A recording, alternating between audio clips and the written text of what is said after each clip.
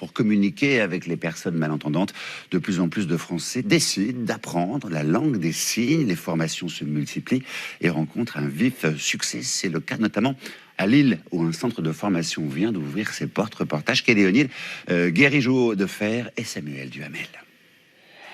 C'est un geste indispensable avant de commencer un cours de langue des signes. Se boucher les oreilles pour s'immerger pleinement dans l'univers du silence. Ces stagiaires assistent à leur 3e cours de langue des signes. D'âge et de professions différentes, ils partagent un point commun, vouloir communiquer avec les personnes sourdes.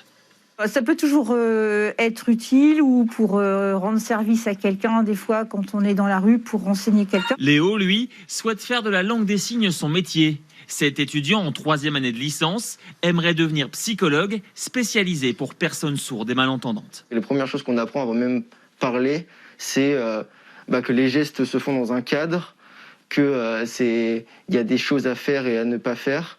Et ça, c'est vrai qu'on n'en a pas forcément conscience et c'est très important. Le centre langue des signes lillois a ouvert ses portes il y a quelques semaines.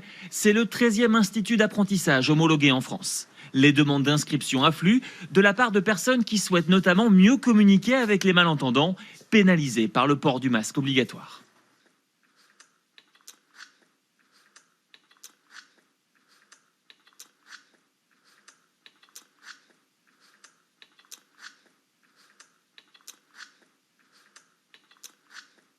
Lydia, formatrice au centre de Lille, est heureuse de l'engouement autour de la langue des signes.